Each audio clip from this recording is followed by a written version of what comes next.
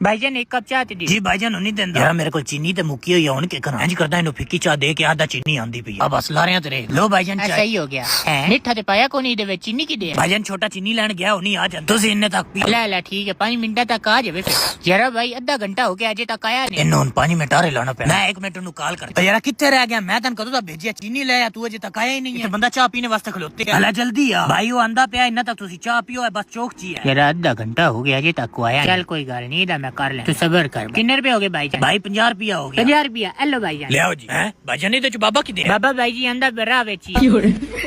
यार इंज केंज हो सकदा अरे 1 मिनट कॉल कर अस्सलाम वालेकुम कायदे आज़म साहब किधर रह गए हो अच्छा जल्दी जल्दी अपनो जल्दी और जिस चौक से थोड़ा चीनी वाला नहीं रह गया उस तो पिछले चौक विच बाबे होरे ने आंदे पे ने बस जल्दी चलो जी ठीक है फिर बाबे होरे आंदे ने ना फिर थोड़े नोट ते आके घुस जासंगे ठीक है ओके उदास जिया बैठा है उदास जिया बैठा है जे आखें ते तेरी किसी कुड़ी नाल सेटिंग करा दवीए करा दियो चॉकलेटां दा ते इजी लोड दा खर्चा जे अगर चा लेगा चॉकलेटां दा ते इजी लोड दा खर्चा अगर चा लेगा जे आखें ते तेरे ते ऐ सिरदर्दी पा दवीए शादी दे मामले विच तू अक्सर परेशान जिया रहना शादी दे मामले विच तू अक्सर परेशान जिया रहना जे आखें ते तैन तेरी होन अली दुल्हन नाल मिला दे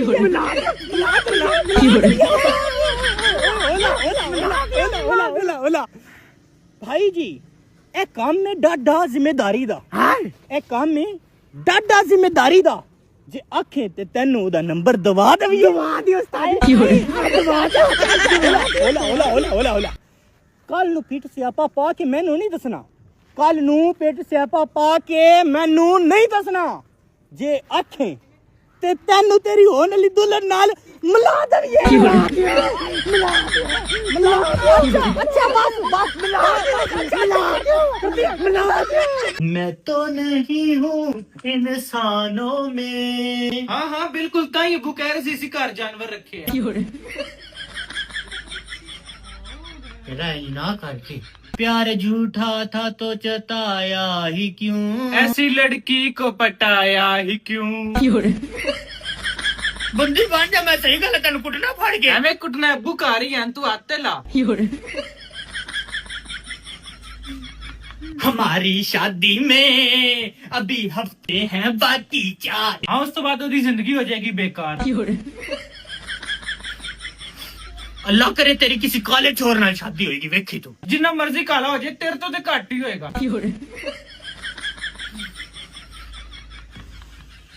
अम्मी जी हाँ भी दियो रुकनी मैंने चितिया होना तूने साथ जो मेरा छोड़ा दीवाना तेरा मर जाएगा हाँ क्योंकि आप कमा के ते तू खा नहीं सकता